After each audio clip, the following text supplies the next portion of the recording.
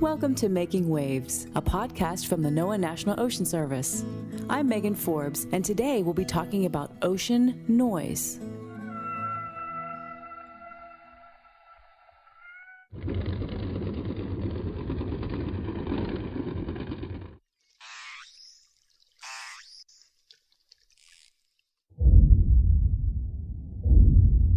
When you think of the oceans, you might imagine a vast underwater world filled with strange and wondrous sights and creatures. But do you also think about sound?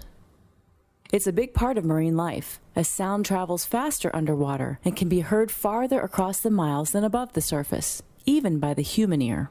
Sound is a fundamental component of ocean life that many marine animals and ecosystems have relied on for millions of years.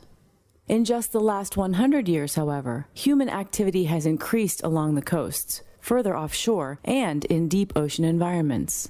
Noise from this activity travels long distances underwater, leading to increases and changes in ocean noise levels. Rising noise levels can negatively impact our ocean animals and ecosystems in complex ways, reducing an animal's ability to communicate and to hear environmental cues that are vital for survival. NOAA and the Office of National Marine Sanctuaries are approaching this issue by aiming to reduce negative physical and behavioral impacts to species, as well as conserve the acoustic quality of their habitats. To learn more about this issue, I spoke with Dr. Leila Hatch, a marine ecologist based at the Stellwagen Bank National Marine Sanctuary in Massachusetts. Her work focuses on acoustically sensitive marine species and the impacts of underwater noise in the sanctuary, and she provides support on noise science and policy for other sanctuary sites. She's also the co-lead of the NOAA Ocean Noise Strategy. I asked Leila to tell us a little bit about how the ocean noise produced by human activities affects marine animals. Sound is an incredibly effective way for marine animals to communicate. A wide variety of marine animals make sounds in order to communicate with one another. And beyond using sounds to talk to one another, animals hear, and marine animals have particularly evolved to use their hearing in a great diversity of ways. They listen for food and the sounds made by their prey as it moves through the water. They listen to the echoes of environmental sounds, winds and waves, and the sounds they make against topographic features, underwater, undersea mountains. That tells them about areas where fish may school or where algae and zooplankton may cluster in upwelling. Those are all very predictable places for animals to find food, and they have an acoustic echo. They listen for their predators, and they listen to each other. People also do a great many things offshore, and many of them make sound. Sometimes that sound is a byproduct of things we actually are doing. We're moving all of the world's goods on large commercial ships, and that maritime traffic, which is how we transport over 98% of the world's goods around the globe. We do that almost entirely on ships, and those ships have propellers, and the propellers underwater, when they spin, produce bubbles. Those bubbles, when they burst, make an acoustic signature. They make a sound, and that sound has a deep, low frequency, those lower tones, below what humans hear well.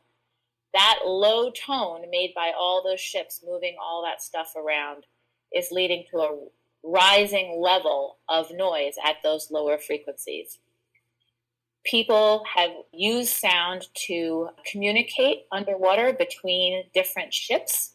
We also bounce sounds off of the crust of the earth to get a better understanding of what's below, including oil and gas deposits.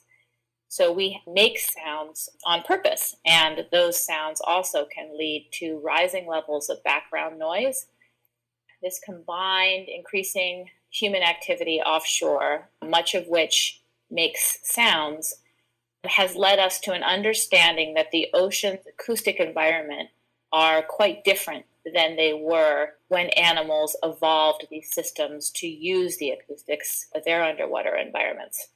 Our job is to better understand how that change in the acoustic quality of these places where animals live is affecting them. We're particularly concerned about their inability to hear one another at times that are very important in their life histories. Are we creating more noise now than ever? There are very few places in the world's oceans where we have been measuring in a standardized way how much noise there is in the ocean over time. But in the places where we have measured, such as off the Central California coastline, where we've been measuring since the 1940s and 50s, and we've also can still make those same measurements in the same place today, the rise in the background noise conditions at very low frequency tracks very well with the growth of commercial shipping traffic and the quantity as well as size and gross tonnage of what we're carrying across that ocean basin. That trend is not as distinct in every place as we go to look around at the oceans. But again, we don't have that timeline in such a calibrated and careful way in all the places where we'd like to make those measurements. A lot of what we're doing now is trying to fill in an understanding of what today's background noise conditions look like, as well as anything we might know about what they looked like historically. Dr. Hatch has dedicated much of her life to this specific issue, and I was really interested in finding out why this particular issue was so important to her personally. Listen in.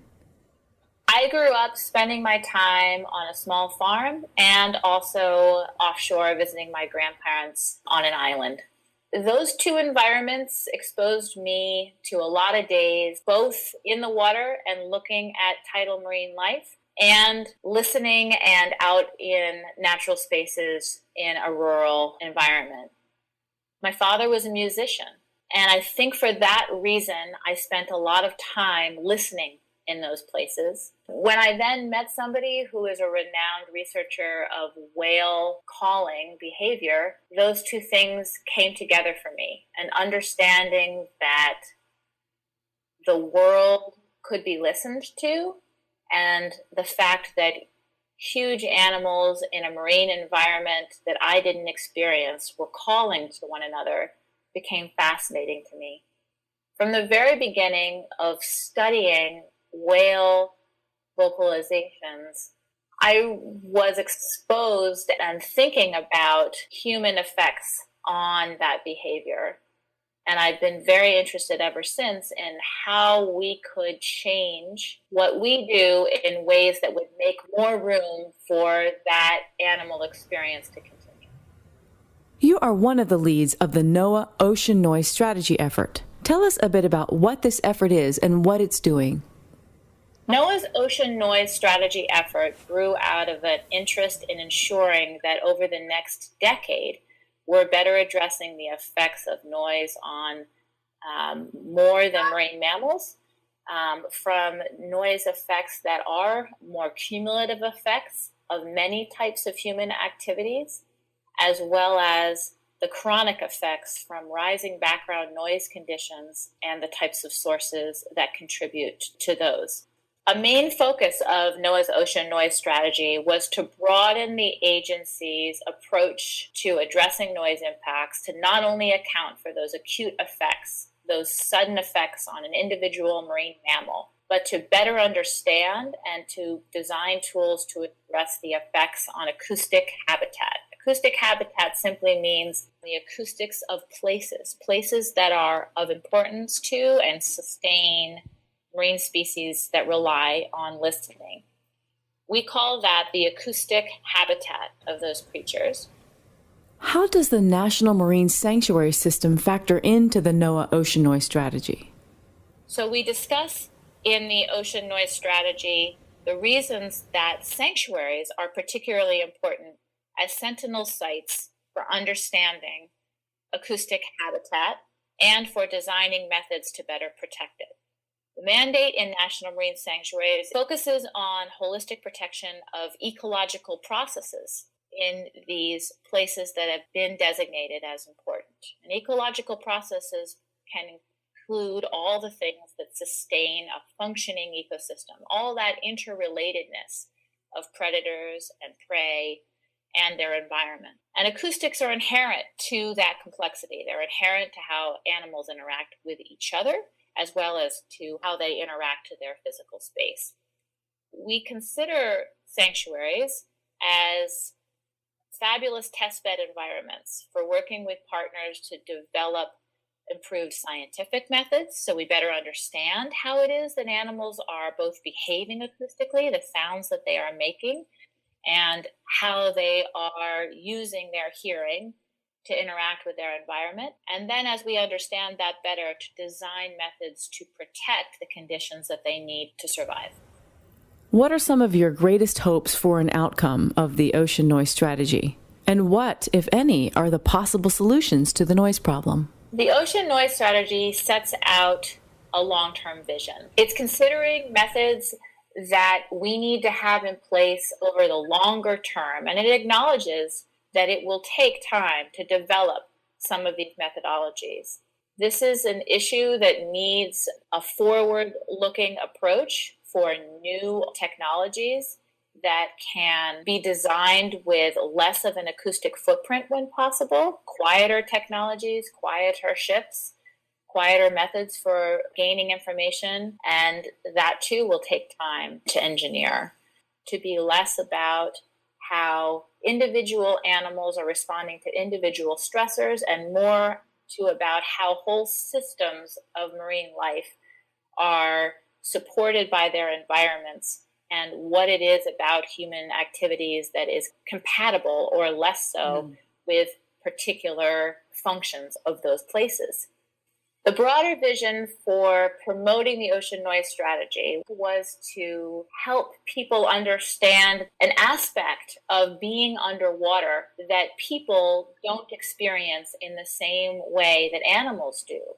Our ears don't function the same way underwater, and our experience of hearing in air is not the same as animals' experience of sound underwater. So it's hard to translate to people who are, in fact, the ones who need to protect this condition for animals.